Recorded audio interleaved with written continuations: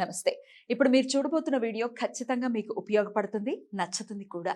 మరి మీకు నచ్చిన విషయం నాకు తెలియాలి అంటే ఈ వీడియోని మీరు లైక్ చేయాలి, షేర్ చేయాలి, అలాగే మన ఛానల్‌ని సబ్స్క్రైబ్ చేయాలి. మీ సపోర్ట్‌ని నాకు అందిస్తారు కదూ! ఓకే.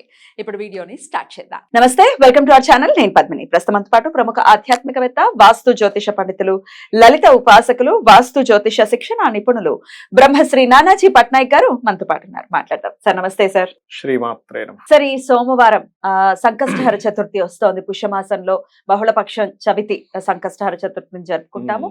లంబోదర సంకష్టహరిగా జరుపుకునేటటువంటి చవితి ఇది. సో చెప్పండి సార్, ఎలాంటి విశేషాలతో రాబోతోంది ఈ రోజున?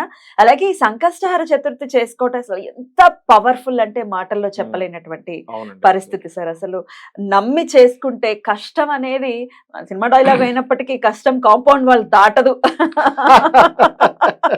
ఖచ్చితంగా చెప్పచ్చు. వినాయకుడు వినాయకుడే సార్.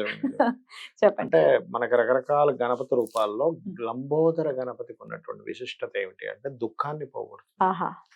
అంటే మనకి చూడండి, మనసులో ఏదో దుఃఖం ఉందండి, ఈ మధ్య అంతా చాలా ఎక్కువైపోయింది. అది ఏదో భారంగా ఉంటారు, అన్ని ఉన్నా కూడా భారంగా. నేను చాలా మందిని చూసా, బోల్డ్ అని కార్లు, బోల్డ్ అని బిల్డింగ్లు, వాళ్ళకి అప్పులు ఏమీ లేకపోయినా సరే భారంగా ఉందండి. అంటే ఏమిటంటే నాకేదో గుర్తింపు లేదు. అంటే ఒక్కొక్కరికి ఒక్కొక్క సమస్య అండి. నేను చూస్తుంటాను కదా, చాలా మందితో మాట్లాడుతుంటాను కదా. ధనం ఉంది, బంగారం ఉంది, కార్లు ఉన్నాయి, బిల్డింగ్లు ఉన్నాయి, అప్పులు లేవు, ఏమీ లేవు. కానీ వాళ్ళకున్నది ఏంటంటే నన్ను గుర్తించట్లేదు అంటారు కొంతమంది.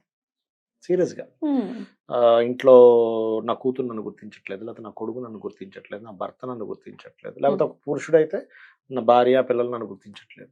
అంటే పట్టించుకోవట్లేదు. యాక్చువల్గా వాళ్ళు నిజంగా చేస్తున్నారో చేయరో పక్కగా పెడితే వీళ్ళ ఫీల్ కూడా కొంతవరకు అట్లా ఉంటుంటుంది. ఈ ఈ లంబోదర గణపతికి ఉన్నటువంటి ప్రత్యేకత ఏమిటి అంటే, లంబోదర గణపతి అష్టకం సెపరేట్గా ఉంటుంది.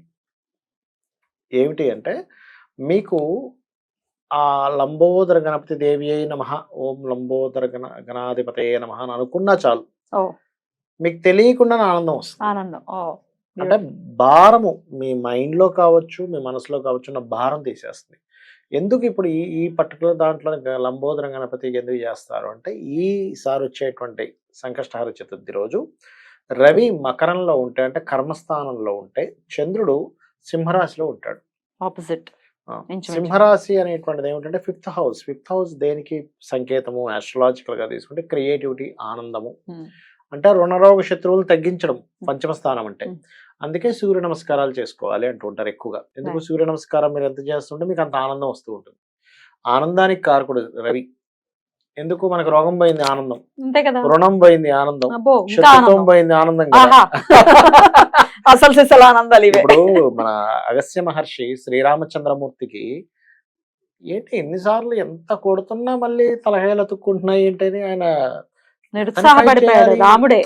ఎందుకంటే రామచంద్రమూర్తి బాణాల పరంపరకి అసలు ఒక గంటలో 70,000 మందిని చంపేసిన ఏమిటి రా నాయన, ఇది ఏమిటని ఇంతసేపు ఇన్ని రోజులు చేయాల్సి వస్తుంది, ఇంతసేపు చేయాల్సి వస్తుంది అనుకునే వ్యక్తికి కూడా ఒక క్షణం ఏమిటిది అన్నప్పుడు అగస్త్య మహర్షి వస్తాడు. ఆ శత్రుశేషం అంటే శత్రుత్వం పోవాలి, అక్కడ ఇంకా శత్రువు హతమార్చాలంటే నువ్వు ఇది చేసుకో. అలా ఎప్పుడైనా కానీ మనకి చంద్రుడు గనక ఆ రోజు, అది పుబ్బా నక్షత్రం కావచ్చు, మకా నక్షత్రం కావచ్చు, ఉత్తరా నక్షత్రంలో అయినా కానీ చంద్రుడు సింహరాశిలో ఉండగా గనక సంకష్టహర చతుర్థి వచ్చింది అంటే ఆ రోజు మీరు చేసేటువంటి ఫలితం ఏమిటంటే రుణ రోగ శత్రు విముక్తి. ఈ సమస్యలతోనే చాలా మంది బాధపడుతూ ఉంటారు.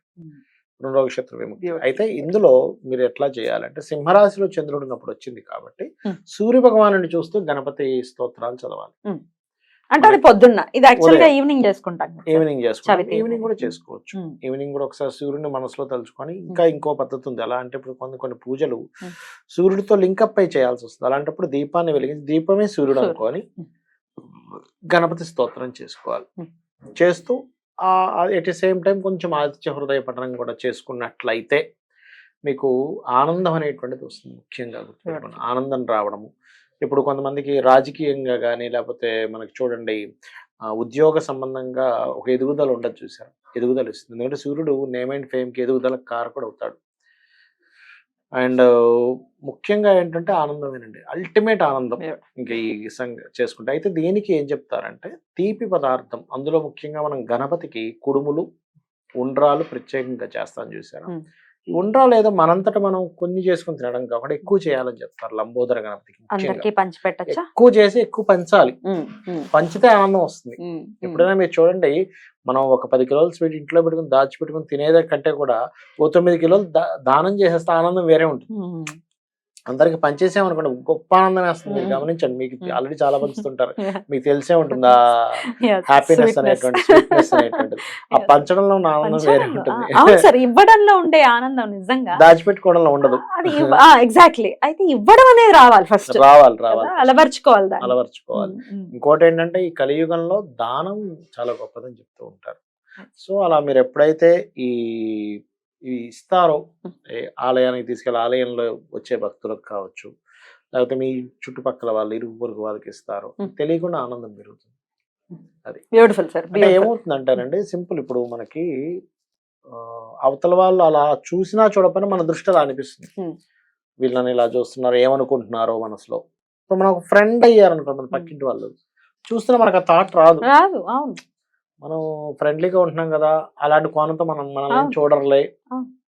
అసలు మాట్లాడకుండా ఎనిమిది పెంచుకుంటే వాళ్ళు మాట్లాడకపోయినా మనకి అలానే అనిపిస్తూ ఉంటుంది. Right sir. వినాయకుడికి సంబంధించి స్తోత్రాలు చదువుకోమన్నారు, ఏ స్తోత్రమైనా చేసుకోవచ్చా సార్? ఏ స్తోత్రమైనా ఇప్పుడు సంకటనాశన స్తోత్రం చాలా అందరికీ వచ్చి చేసుకోవచ్చు. అయితే ఇక్కడ ఏంటంటే, వినాయకుడి పూజల్లో ముఖ్యంగా మధ్యాహ్నం పూట చేయాలి, సాయంత్రం పూట చేయాలని చెప్తూ ఉంటారు. మధ్యాహ్నం ప్రధానం, ఈ సంకటహర చతుర్థిని మాత్రం సాయంత్రం పూట చేస్తూ ఉంటారు, చంద్రుడిని దర్శనం చేసుకొని చేస్తూ ఉంటారు. అయితే ముఖ్యంగా గరిక ప్రధానము, ఇది అందరికీ తెలిసిన విషయం, అయినా సరే మరోసారి గుర్తు చేస్తున్నాను. ఎర్రటి వస్త్రం కట్టుకొని చేయడం మరింత అద్భుతమైన ఫలితాలు ఇస్తుంది ఎప్పుడైనా సరే గణపతి, ఎందుకంటే ప్రేమ స్వరూపుడు గణపతి. అండ్ అదే విధంగా